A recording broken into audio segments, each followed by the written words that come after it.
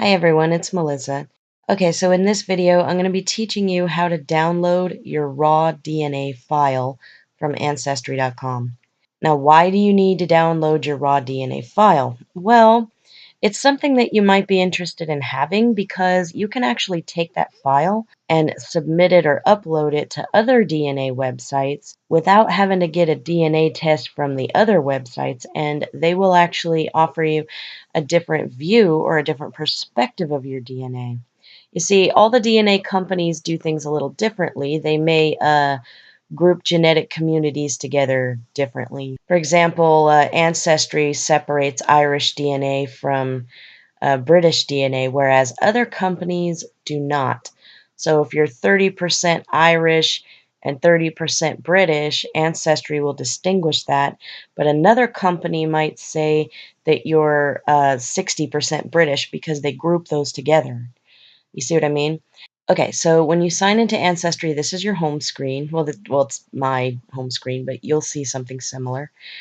You want to come up here to DNA. Click on DNA. You can either click it twice or you can come down to DNA results summary. Either they will both do the same thing. And you will see this page with your DNA ethnicity estimate, your DNA matches, your DNA circles. You want to come to the top of this page in the upper right corner where it says settings. Click settings. And over here on the right side, you will see an option that says download raw DNA data. So you want to click that. It'll ask you for your password, and you have to click, yes, I understand. After my DNA is downloaded, blah, blah, blah. And then you click confirm, and it will walk you through downloading your DNA data. I think there's only like one more step to it. So you're going to get your DNA data in what's called a zipped folder. Zipped means that it's basically compressed into a smaller size so that it doesn't take up too much room on your computer, and so that it's smaller and easier and faster to download and upload. Now, once you've got it downloaded, unless you have specified which folder you want it to go into, it's most likely going to be stored in your downloads folder. Now, if you're kind of computer savvy, you can probably get to your downloads folder pretty easily. If you're not, I'm going to show you a really quick, easy way to do that. This is your desktop. It's the screen you see when you first turn your computer on and you haven't opened anything. You want to just right-click with your mouse in the middle of your desktop, and this little menu will pop up. Go down to New, and another menu will pop up. Come over to Folder. Click on Folder, and this little folder will appear, and this will be highlighted in blue here. So you can click in here and just erase what is written here. I'm going to delete that. And you want to name this folder. You can just give it whatever name you want. I'm just going to put important. Okay? And then click outside of it, and that will save that folder with that name. So you want to click on this and drag it up here and just place it somewhere that's out of the way that you will know where it is. And by doing this, you can access your folders very quickly and easily. So go ahead and double click that, and this folder will pop up. And you'll see a menu on the left here where you can see all the different folders that you can access on your computer. Up here, you're going to see downloads.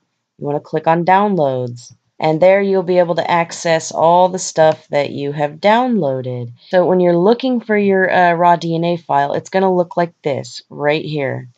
It'll say something like DNA data, and it'll have the date, and that's what you want to see. It's a folder with a little zipper on it. You want to click on that one time, and you want to click and hold it down and drag it out here to your desktop. Just let go and let it drop there.